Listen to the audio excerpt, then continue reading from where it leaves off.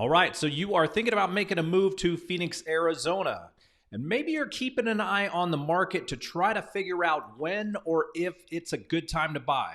And if that is the case, what are the things that you need to watch for in order to make a smart decision? Today, we're going to break down what's going on currently, why you might be seeing conflicting information about the Phoenix market, and then we're going to try to take a look into the future a little bit to make an educated guess on how things might change later this year. Make no mistake, I don't have the crystal ball to know what the future holds, but there are some key things that I'll be watching in order to guide you in the right direction. So if you think that might be helpful to you, then stay tuned.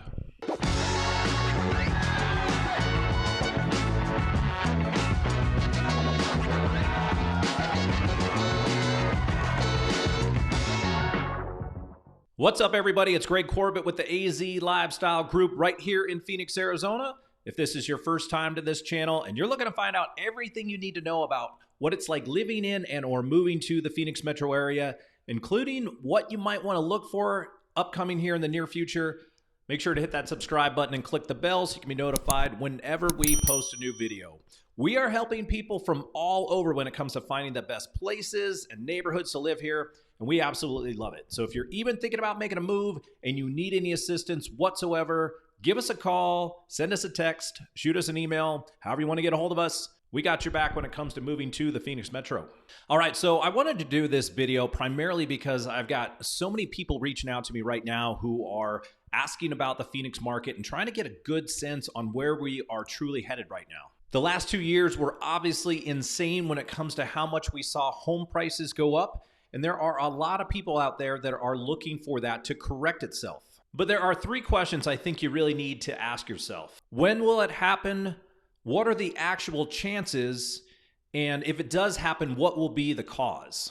So in order to answer those, you really have to kind of dive into our current situation a little bit and find some things that might be a little abnormal currently to give you a kind of a high-level overview on what we're looking for. And the 2 things that stand out in my mind right now when it comes to what's going on here in the market are, number 1, the Super Bowl and short-term rentals.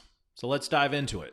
All right, so let's talk about the Super Bowl first. And I bring this up, it's Super Bowl week right now. We're here in the middle of the craziness of what's going on right now in the beginning of February here. And, you know, let's talk about what this does to the Arizona economy. Let's talk about a $1 billion boost into the Arizona economy. You can kind of go and you know, talk about, or you go and kind of read through this article and kind of see what type of impact this has had. But I bring this up first because, you know, when you think about this type of money coming into the market and you think about our housing market currently, I think there's a lot of reasons why you're seeing information right now of what's going on here in our housing market and saying, hey, it's kind of turned back into a slight seller's market. There's homes that are still selling for really insane prices. Our inventory is low. There's a lot of reasons because of that, and a lot of it, in my mind, obviously has to do with the Super Bowl. Now, it's not just the Super Bowl. We also have a lot of other events going on in town here. One of the other big ones here is the Phoenix Open, and we are seeing crowds and traffic and the amount of money coming into town on events like this with record numbers as well. And in fact, this is the first time ever that this has sold out. And you could get some pretty big crowds in there. So this is another big event that kind of falls in line with what's going on this week. The other thing that I think is huge, and this is actually an article last year because I don't have anything as far as the economic impact of spring training this year, but spring training is always huge for Arizona. So, you know, you think about, you know, the amount of money that this typically brings in 2018, it looks like we brought in close to 650 million. I guarantee that is a $1 billion plus number this year. So there is a lot of money coming into town. That has a major impact on our housing market, but it also has a major impact on what's going on when it comes to short-term rentals. And I want to get into that as well. So let's bring up this first. Here's an article talking about, you know, a potential short-term rental for $7,000 a night, and talking about how short-term rental prices skyrocket for Super Bowl weekend. I think there are a lot of people that wanted to take advantage just based on some of the numbers we've seen over the past couple of years and seen some of the money that's gone into other markets, what people have gotten for their short-term rentals in other markets, and a lot of people wanted to capitalize on that, and a lot of people have capitalized on that. There's some big money being thrown around in Scottsdale, Paradise Valley, Phoenix, all over the place. And so, you see this, and I mean, we have, signs all over the place saying, hey, rent your house out for up to $10,000 a night here when it comes to taking advantage of the crowds coming in. But there is another side to this that I think people need to focus on, and I think people are starting to see a little bit more of. So first, let's just go into AirDNA. This is a website that follows short-term rentals and keeps track of anybody who is posting their properties onto Airbnb, VRBO, that type of thing. So this does a good job of kind of tracking what's going on, what the numbers are. A lot of the people who own short-term rentals use this to try to figure out, how much money they could potentially make. So it's a good tracking system to try to figure out what's going on. But I wanted to bring it up from a perspective of looking at actually how many properties are active short-term rentals right now. So if you just look at Phoenix itself, you've got a total of over 7,000 active short-term rentals. It's a pretty large number, but let's take a look at Scottsdale and see what's going on in Scottsdale. So Scottsdale looks to be about the same. There's about 7145, so not too much more. You can find that if you go down into South Scottsdale, you will see how much is going on, and I'll try not to hover over these to try to bring these up, but just look at the massive amounts kind of around some of the entertainment districts. When you talk about being around Old Town or up at Kierland, that type of thing, there's a lot of stuff going on. We'll just take a look at a couple others here, looking at what's going on in Mesa. A lot smaller amount. You still have 1,500 going on in Mesa. Let's just look at a couple more. It starts to drop down when you kind of go through. Let's look at what's going on in Glendale just to see what's happening for the Super Bowl. Obviously, with the Super Bowl right there this week, they've got over 1,100. So my point is there are a lot of short-term rentals throughout Metro Phoenix right now. And that leads me to this article here, because this popped up recently. I think we've been hearing some things kind of behind the scenes as far as what's going on with the short-term rental market, how many short-term rentals there are versus how many are actually getting booked.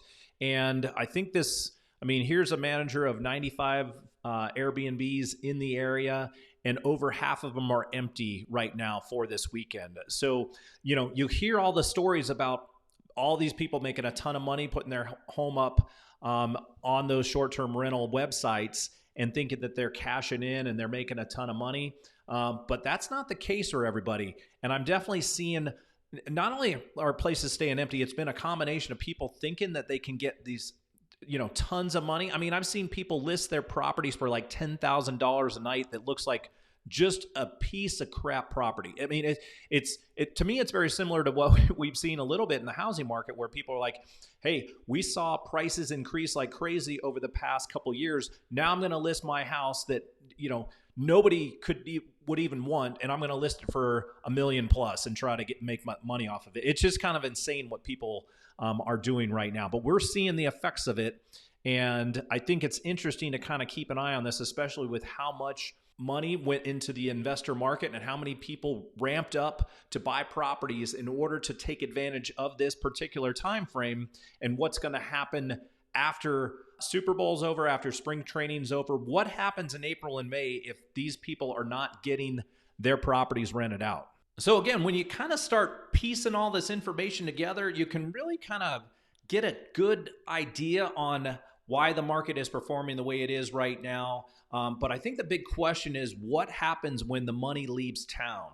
And that's where we have to speculate a little bit. But in my mind, I could see a situation where we have a surplus of short-term rentals and potentially long-term rentals as well that are not getting filled.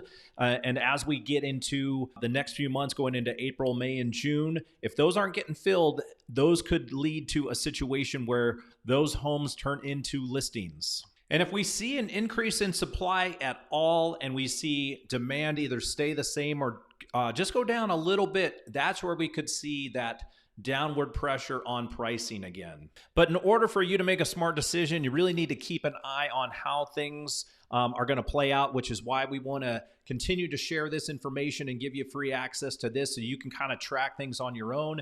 Make sure you can kind of see what's going on your end. And look at this on a daily, weekly basis, whatever works for you. You really want to keep an eye on inventory, see if this starts to go up a little bit. You want to keep an eye on prices decreasing. So if this percentage starts to go up, you want to take a look at that. You also want to take a look at average days on market, median days on market to try to see if that starts to go up.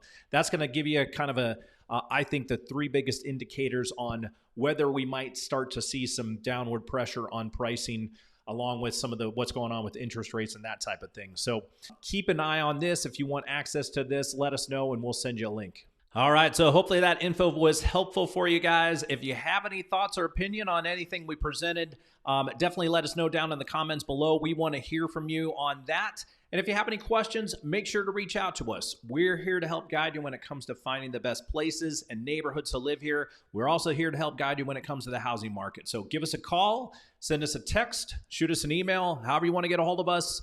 We got your back. And until the next video, we'll catch you later.